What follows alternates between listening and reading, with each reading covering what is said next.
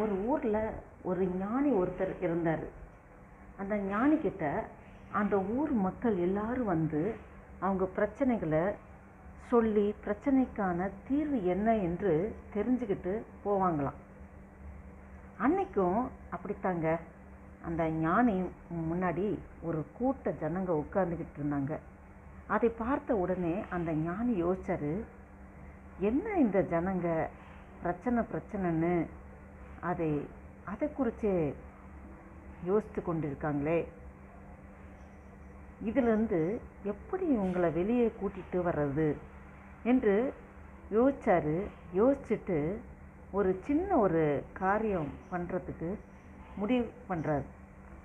என்னன்னா, அந்த ஞானி ஒரு நகைச்சுவையான ஒரு காரியத்தை சொல்கிறார். அந்த ஜனங்க முன்னாடி சொன்னார். சொன்னதுமே அதை கேட்ட ஜனங்க எல்லாம் உளுந்து சிரித்தாங்க. ரெண்டாவது திரும்பி அந்த ஞானி அதே நகைச்சுவையை அந்த ஜனங்கள் முன்னாடி சொன்னார். பாதி பேர் சிரித்தாங்க, பாதி பேர் சிரிக்கலை. மூன்றாவது தடவையா அதே நகைச்சுவையை அந்த ஜனங்க முன்னாடி அந்த ஞானி சொன்னார். இப்போ யாருமே சிரிக்கலை. அப்போ இந்த ஞானி புன்முறுவலோடு அந்த ஜனங்கக்கிட்ட என்ன சொன்னார்னா, இந்த நகைச்சுவான காரியத்தையே ஒரு தடவைக்கு 3 தடவை சொன்னபோது யாருக்குமே சிரிப்பு வரல. அப்படி இருக்கும்போது நீங்கள் ஒரே பிரச்சனையை குறித்து யோசிச்சுட்டே இருந்தீங்கன்னா அது உங்களுக்கு எந்த தீர்வுமே தராது. அது எந்த காரியத்தையுமே மாற்ற போராடுறதே இல்லை. அதற்கு பதிலாக அது உங்கள் எனர்ஜியும் உங்கள் டைமையும் தான் வேஸ்ட் பண்ணும் என்று சொன்னார். இப்படித்தாங்க நம்முடைய வாழ்க்கையிலும் பல போராட்டங்கள் நம்மை சூழ்ந்து கொண்ட போது நாம் சோர்வுக்குள் ஆகிவிடுகிறோம். பிரச்சனையை குறித்து யோசித்து கவலைப்பட ஆரம்பிச்சிடுறோம். அந்த பிரச்சனை குறித்து கவலைப்படுகிறதுனாலே அதிலிருந்து எந்த மாற்றமும் நமக்கு வரப்போகிறது இல்லைங்க. ஏசப்பா என்ன சொன்னார்? வருத்தப்பட்டு பாரம் சுமக்கிறீர்களே, நீங்கள் எல்லாரும் என்னிடத்தில் வாருங்கள், வாங்க, அதிலிருந்து நான் உங்களுக்கு விடுதலை தரேன்னு ஏசப்பா சொல்கிறார்.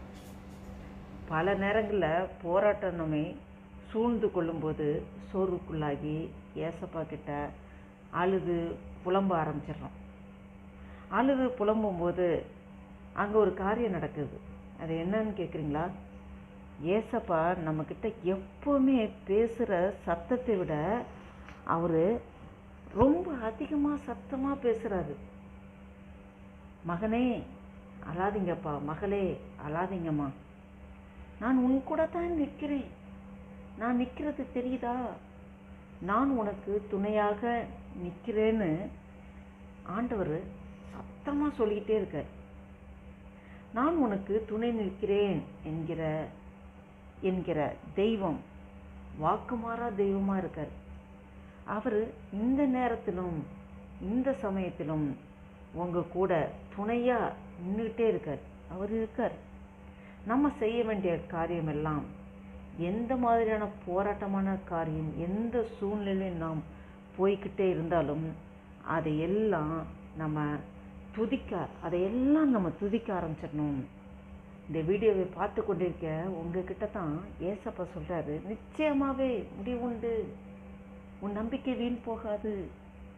எந்த மாதிரியான போராட்டத்தில் நீங்கள் போய்கிட்டு இருந்தாலும் அவரை துதிக்க ஆரம்பிச்சிருங்க. துதிக்க ஆரம்பிக்கும் போதே உங்களை சுற்றியுள்ள காரியங்கள் மாறுவதை உங்கள் கண்களே பார்க்க ஆரம்பிக்கும். இதை விசுவாசித்து நீங்கள் கர்த்தரை துதிக்க ஆரம்பிங்க. நிச்சயமாகவே முடிவுண்டு, உன் நம்பிக்கை வீண் போகாது. நீதிமொழிகள் 23ஆம் அதிகாரம் 18ஆம் வசனத்திலே பார்க்கிறோம்.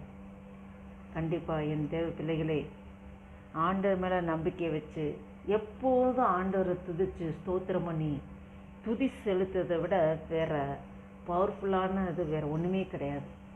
நம்ம ஆண்டவருக்கு ஸ்தோத்திரம் பண்ணி நன்றிகளை மட்டும் சொல்லும்போது ஆண்டவர் நம்ம பிரச்சனையிலிருந்து பரிபூர்ணமாக விடுதலை தந்து ஆசீர்வாதமாக நம்மளை வைப்பார்.